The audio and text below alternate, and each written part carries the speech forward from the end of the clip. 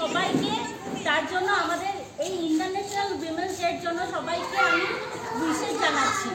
তো এটা আমাদের সবাইরই একটা বহুত ইম্পর্ট্যান্ট ডে। আর এই ইম্পর্ট্যান্ট ডেটা ফার্স্ট সেলিব্রেট হয়েছে 1908 যখন লেবার মুভমেন্ট শুরু হয়েছিল, তখন 1500 মহিলা ওরা একসাথে মার্চ করে গেছে।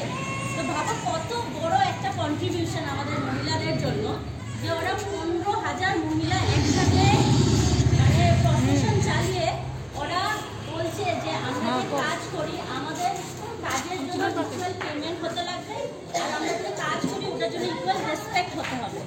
তো যখন এই জিনিসটা একটা মহিলা বলছে, তো আর এই মহিলাকে বলার পরে যখন সবাই কথাটা মেনে নিয়েছে, পুরো ওয়ার্ল্ডে সবাই যখন মেনে নিয়েছে আর সেলিব্রেট হচ্ছে, তাহলে বোঝা যায় যে আমাদের যে জার্নিটা মহিলা হিসাবে, তো এটা কত বড় একটা contribution in the history of world, in the history of India also.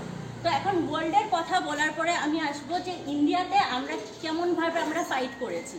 এখন আমরা হয়তো হতে পারি আমরা 8 বছরের একটা মেয়ে বা আমরা একটা 80 বছরের মহিলা, বাট তার মাঝখানেও যে আমাদের জার্নিগুলো সেম থাকে, সেম মানে যেরকম আমরা এখন ঘরে আমরা অ্যাজ এ হাউসওয়াইফ হই, বা আমরা বাইরে যেয়ে কাজ করি, বা আমরা অ্যাজ এ স্টুডেন্ট আমরা পড়াশোনা করছি, বাট দেখা যায় যে যখন সেফটি আর সিকিউরিটির কথা আসে, তখন সব মহিলাদের একটা কমন একটা ইস্যু থাকে।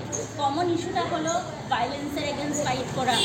এখন আপনারা কিছুদিন আগেও শুনেছেন যে মহিলাদের উপরে, মেয়েদের উপরে যখন রেপ কেসেসগুলো হয়, ওই রেপ কেসেসগুলো বা যখন সেক্সুয়াল ভায়োলেন্স হয়, বা তখন আমরা প্রোটেস্ট করি, হ্যাঁ, তখন আমরা একসাথে এসে প্রোটেস্ট করি। বাট যখন আমরা রাস্তা দিয়ে চলে যাই আর আমাদেরকে কেউ যদি টিজ করে, কেউ যদি আমাদেরকে একটু মজাক উড়ায়, তখন আমরা কিছু বলতে পারি না, কেন কি তখন আমরা একা হয়ে থাকি। তো তার জন্য আমাদের মহিলারা যখন একসাথে আসে, আমরা উইমেন যখন একসাথে আসি, তখন আমাদের একটা স্ট্রেংথ হয়, তখন আমরা এক আঙুল থাকি না, তখন আমরা একটা মুঠি করে আসি। তো আমি ওই জন্যই মানে সবাইকে আমার বলার কিছু নেই, বিকজ এখানে আমার মা আছে, বা মার মতন তোমরা সবাই, তোমাদের চোখের সামনে আমি হয়তো বড় হয়েছি, আমাকে দেখেছো যখন আমি পড়াশোনা স্কুলে ছিলাম, তারপরে কলেজে গেলাম, তারপরে আমি যখন ডিগ্রি করতে, আমি মাস্টার্স করতে বাইরে গেলাম। তো যখন বাইরে গেছি তখন আমি বুঝলাম যে মহিলাদের ইস্যুসটা নিয়েও পড়াশোনা করা যায়। তো আমার যখন এমফিল আর আমরা যখন পিএইচডি করলাম, 5 বছর পিএইচডি আর 2 বছর এমফিল আমি উইমেন্স স্টাডিজে করলাম, তখন আমি বুঝতে পারলাম যে উইমেন্স ইস্যুস নিয়ে যখন আমরা কাজ করি বা উইমেন্স ইস্যু নিয়ে যখন আমরা ভাবি, তখন ওই ইস্যুসগুলোর মানে ভেতরে আমরা আরও ভেতরে ঢুকে আমরা ওই জিনিসগুলো মানে ভাবতে পারি। আর শুধু ভাবা না, যখন আমরা কথা বলছি, যখন আমরা পলিটিক্যাল ইস্যু নিয়ে কথা বলছি, বা যখন আমরা আমাদের রাইটস নিয়ে কথা বলছি, তখন আমাদের কী হয়, আমাদের একটা প্রোগ্রেস একটা আসে। এখন যখন একটা সময় ছিল যখন আমাদেরকে পড়াশোনা করতে দিত না, বাট আমরা ওই স্টেজটা পার করেছি। এখন আমরা হয়তো পড়াশোনা করছি, আর ওই পড়াশোনা করার পর আমরা এখন হয়তো চাকরিও করছি। বাট চাকরিতে এখন দেখা যায় কি, অনেক সময় ছেলেদেরকে যে স্যালারিটা দেওয়া হয়, মেয়েদেরকে হয়তো 1000 টাকা কম দিচ্ছে, বাট কম দিচ্ছে।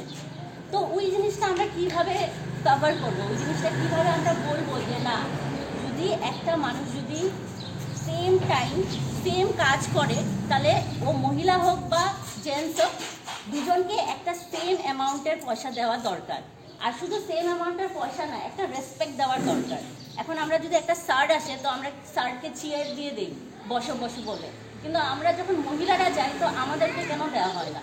তো এই সবগুলো নিয়ে যদি আমরা নিজেরা যদি একসাথে জাগ্রত হই, তাহলে আমার মনে হয় আমাদের উইমেন্স ডে সেলিব্রেশনের মানে যেটা একটা যে স্পেশাল একটা যে আমরা জার্নি করে এসেছি, ওই জার্নিটা ফুলফিল হবে। তার জন্য আমি বলতে চাই যে আরেকটা আমাদের হিস্ট্রির একটা মেইন ইম্পর্ট্যান্ট মানে চ্যাপ্টার, যে চ্যাপ্টারটা হলো যেটা যখন কনস্টিটিউশন লেখা হয়েছে। যখন কনস্টিটিউশন লেখা হয়েছে, তখন বি.আর. আম্বেদকর বাবা সাহেবের নাম নিতে চাইব, এখানে হিন্দু কোড বিলের উপরে কথা বলেছে। আর হিন্দু কোড বিলটা আমাদের জানাটা খুবই দরকার, যেহেতু যে প্রপার্টিটা আমাদেরটা সোসাইটি হলো পেট্রিয়ার্কাল সোসাইটি, যেখানে পিতৃসত্তাটা মানে যেরকম বাবার প্রপার্টি ছেলে পায়, ছেলের প্রপার্টি আবার পোতা পায়। কিন্তু তার মাঝখানে দেখা যায় যে আমাদের মহিলাদের প্রপার্টি থাকে না, রিসোর্সেস থাকে না, টাকা থাকে না। তো আমরা হয়তো চাকরি করে ওই চাকরির টাকাতে আমরা আমাদেরকেও চালাই, আবার আমাদের ফ্যামিলিদেরকেও চালাই, কিন্তু আমরা যে সাপোর্টটা পেতে লাগে ওইটা হিন্দু কোড বিলে দিয়েছে। হিন্দু কোড বিলের মেইন ইম্পর্টেন্সটা ছিল যে আমাদের বাবাদের প্রপার্টিতে আমাদেরও একটা রাইট, একটা ছোট অ্যামাউন্ট হলেও একটা রাইট থাকবে, বা হাজব্যান্ডের প্রপার্টিতেও আমাদের একটা ছোট রাইট থাকবে। তার জন্য ওই হিন্দু কোড বিলটা আমাদের খুবই ইম্পর্টেন্ট। তো আমি আশা করব যে আমরা যখন এই উইমেন্স ডেটা সেলিব্রেট করছি, হয়তো আমাদের অন্য রকম প্রোগ্রাম যখন আমরা করছি, অনেক রকম আমরা ফাংশনস করি বা কালচারাল প্রোগ্রাম করি, তার মাঝখানেও যদি আমরা ছোট একটা রিডিং নিয়ে যে কনস্টিটিউশনে আমাদের কী কী রাইটস আছে, অ্যাজ এ সিটিজেন আমাদের কী কী রাইটস আছে, ওই সব নিয়ে কি আমরা একটু ডিসকাস করতে পারি? যারা হয়তো